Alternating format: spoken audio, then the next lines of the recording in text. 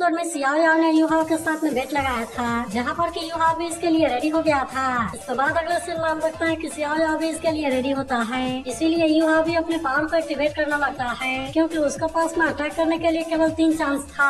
मगर वहीं सियाओ भी इसका पावर को देख इम्प्रेस होने लगता है और कहता है कि इसकी कल्टीवेशन तो मैन और नेचर के बीच के हार्मोनी के बीच में पहुँच गई है, इसीलिए ये तो अपने पावर को एक्टिवेट करने लगा है ताकि वो मुझे इस चैलेंज में हरा सके।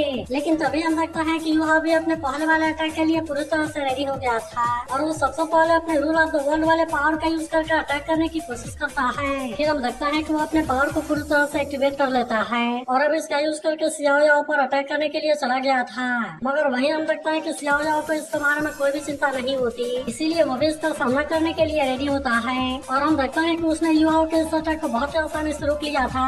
अब इस तरह से हम देखता है कि युवाओं का पहला चांस बेकार हो जाता है, लेकिन फिर भी वो सियाओ के सामने इतना आसानी से हार मानने वाला नहीं होता। तभी सियाओ को ऐसा लगता है कि भले तुमने रूल ऑफ द वर्ल्ड को बहुत अच्छे से प्रैक्टिस किया है, लेकिन फिर भी तुम्हारा पहला चांस तो बेकार हो गया और अब इसीलिए केवल तुम्हारे पास में केवल 2 ही चांस बचे हुए हैं। मगर तभी हम देखता है कि स्नो गर्ल भी बाहर आ जाती है और वो तुरंत अपने आइस पावर का यूज करके अटैक करने के लिए रेडी हो जाती है। तभी से देखिए युवा भी इसके लिए पूरी तरह से रेडी हो जाता है, जबकि वही हम देखता है कि सियाओ इस बात से हैरान हो गया था और कहता है कि यह पावर तो सच में कमाल की है। मगर वही हम देखता है कि युवा इसमें ज्यादा देरी नहीं करता और वो तुरंत ही आइस पावर का यूज करके अटैक करना शुरू कर देता है। मगर अभी भी हम देखता है कि ये चीज सियाओ के लिए कोई बहुत बड़ी बात नहीं होती और इसीलिए वो भी अपने पावर का यूज करके इसे रोकने लगता है। मगर वही हम देखता है कि युवा भी इतना आसानी से रुकने वाला नहीं होता, इसीलिए वो फिर से अपने और ज्यादा आइस पावर का यूज करने लगता है और इस तरह से वो सियाओ के ऊपर बहुत ही खतरनाक तरीके से अटैक करने लगता है।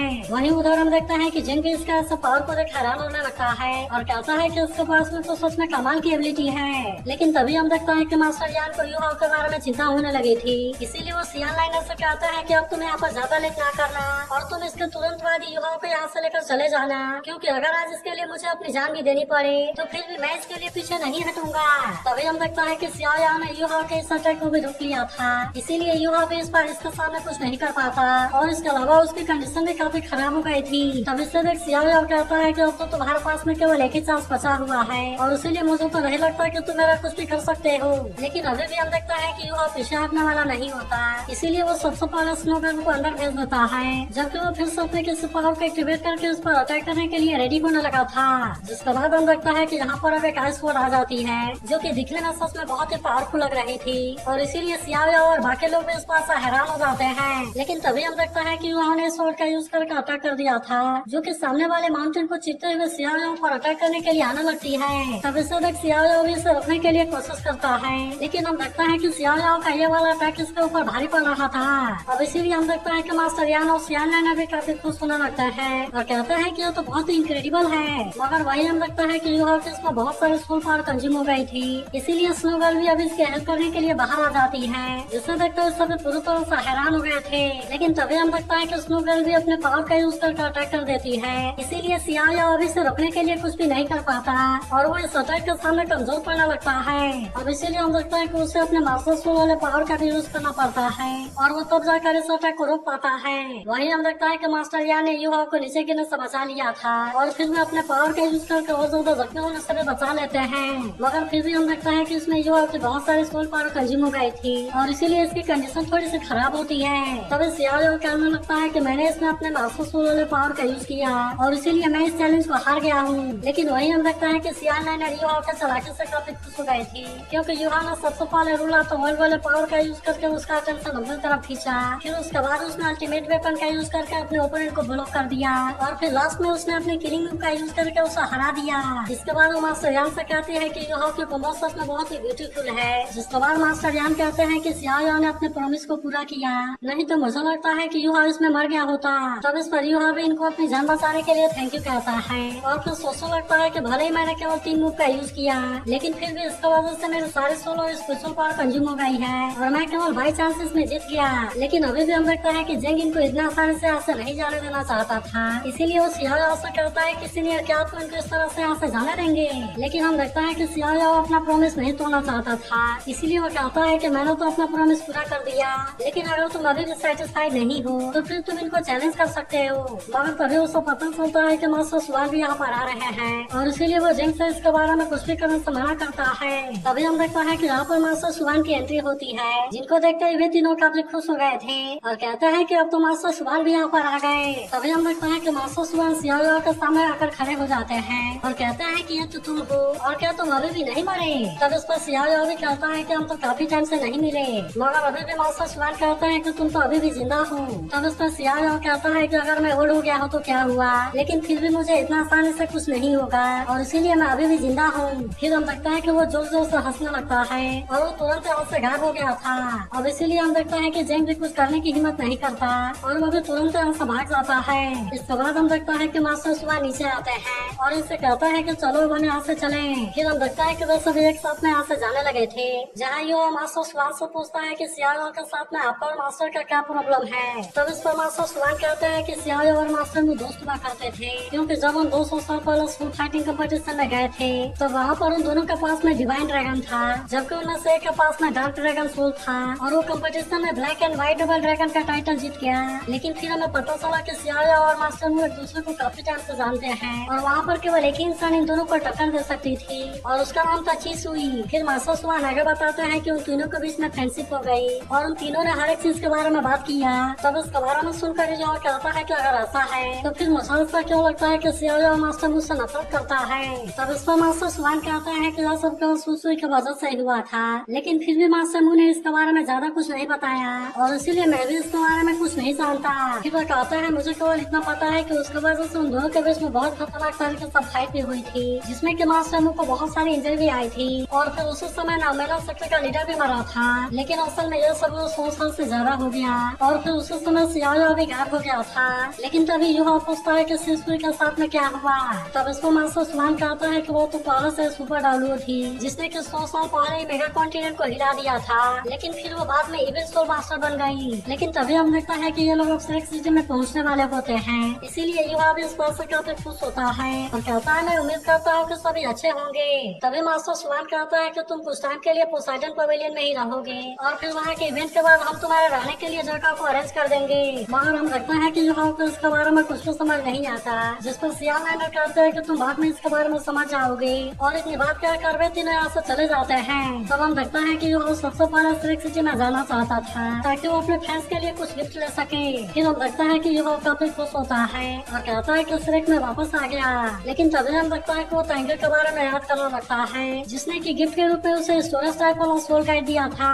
अब इसीलिए हम देखता है कि वो टाइगर के बारे में याद करके काफी परेशान होने लगता है और कहता है कि सीनियर मुझे नहीं पता कि आप कैसी हैं, लेकिन फिर भी मैं आपको जरूर खोजूंगा। फिर हम देखते हैं कि सियाओ यहाँ से आगे जाने लगता है, जहाँ पर कि उसे बेई के साथ में बिताई हुई पुरानी बातें भी याद आने लगती हैं, क्योंकि बेई ने वहाँ पर उसे सोल पावर से चलने वाला सोल गाइड के बारे में बताया था और इसीलिए युवाओं को सारी चीजें याद आने लगती हैं। लेकिन तभी हम देखते हैं कि उसे अपने सामने एक लड़की दिखाई देती है, जिसने कि अपने चेहरे पर मास्क लगाया था और युवा उसे देखते ही रह जाता है। मगर तभी हम देखते हैं कि वो यहाँ से जाने लगती है, जहाँ पर कि उसका मास्क उसके चेहरे से अलग हो गया था और वो सीधे युवा के पास में आने लगता है। तब हम देखते हैं कि युवा ने भी इसे ले लिया था, लेकिन जब वो देखता है तो वो लड़की वहाँ से जा रही होती है, इसीलिए हम देखता है कि युवा उसे खोजने लगता है ताकि वो उसका मास्क उसे वापस कर सके। तभी हम देखता है कि वो लड़की इसे नीचे दिखाई देती है, इसीलिए युवा फिर से दौड़ते हुए नीचे आता है। लेकिन तभी अचानक से हम देखता है कि युवा के सामने गाड़ी आ जाती है और इसीलिए युवा उस लड़के का पता नहीं लगा पाता। तभी उससे कुछ हम देखता है कि इसका नजर मास्क पर जाती है, जहाँ पर कि वांग चिविया लिखा हुआ था। तब इसे देखकर इसे वांग डोंग की बात याद आती है, जिसने कहा था कि जब तुम श्रेक अकेडमी में वापस आओगे तो हो सकता है कि वहाँ पर तुम मेरे सिस्टर से मिल सको। अब इसीलिए युवा का लगता है कि शायद ये वांग की सिस्टर तो नहीं है। फिर हम देखता है कि वो मास्क अपने पास में रख लेता है और फिर वो बाकी लोगों से मिलने जाने के लिए रेडी हो गया था।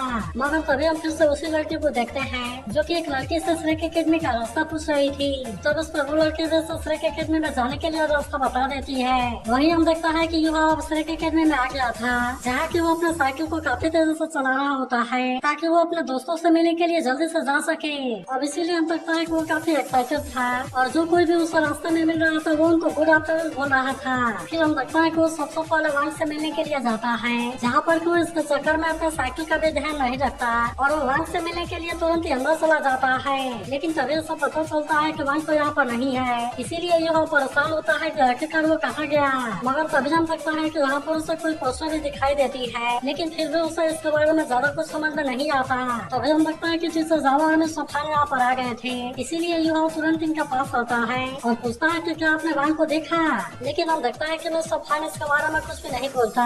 जबकि टीचर जावा इसका हाथ से पोस्टर को लेते हुए कहते हैं कि पोसाइडन गार्डन में एक इवेंट होने वाला है, इसीलिए मुझे लगता है कि वहाँ पर तुम्हें मिल सकता है। लेकिन हम देखता है कि आपको इसके बारे में कुछ भी समझ नहीं आता, मगर फिर भी सवाल से तो मिलना था और इसीलिए वो वहाँ पर जाने लगता है।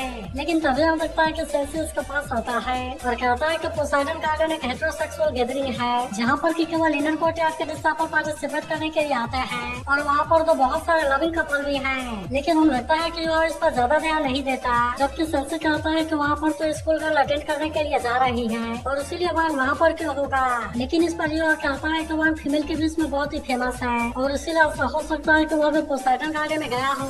वही हम देखता है कि लुओ चेन किसी चीज के बारे में सोच रही थी, तभी सेल्सी उसके पास आकर पूछती है कि क्या तुम भी वहाँ पर जा रही हो। लेकिन हम देखता है कि लुओ चेन इसके लिए मना करके वहाँ से चली जाती है और फिर हम देखता है कि वो उस पिलर के सामने आती है जहाँ पर कि सभी मरे हुए लोगों के नाम लिखे हुए थे। फिर हम देखता है कि वो यहाँ पर किसी को याद कर रही थी और फिर वो यहाँ फ्लावर पर आकर चली जाती है। लेकिन इसके बाद अगले सीन में पोसाइडन गार्डन का सीन देखते हैं जहाँ पर के बहुत सारे स्टूडेंट आए हुए थे और वो सभी भी इसके लिए काफी एक्साइटेड होते हैं। तभी हमें पता चलता है कि यहाँ का इवेंट भी अब शुरू होने वाला है और इसीलिए युवा भी सेल्सी के साथ में यहाँ पर आ गया था।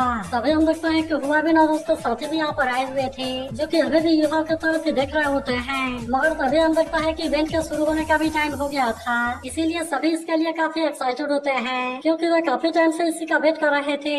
लेकिन तभी हम देखता है कि इस इवेंट के लिए केवल स्टूडेंट यहाँ पर नहीं आए हुए थे बल्कि मास्टर सुवान और बाकी लोग भी यहाँ पर आए होते हैं। लेकिन वहीं हम देखता है कि युवा थोड़ा सा परेशान होने लगा था क्योंकि वह उसे कहीं पर भी नजर नहीं आ रहा था। तब उसको सेल्सी कहता है कि वह पता नहीं किस तरह से तुम्हारे सामने आएगा और इसीलिए तुम उसे देखते ही पूरी तरह से हैरान हो जाओगे। लेकिन तभी वो देखता है कि काइतो भी यहाँ पर आया हुआ है, जिस पर काइतो कहता है कि यहाँ पर कोई है जिसके लिए मैं भी यहाँ पर आया हुआ हूँ। लेकिन अब हम देखता है कि युवा कुछ भी नहीं बोलता, जबकि वही हुआ भी इसके पीछे आकर खड़ा हो गया था। लेकिन तभी हम देखता है कि यहाँ की कुछ लाइटें बंद हो जाती हैं और वही लोटस के फ्लावर के अंदर से एक लेडी बाहर आती है।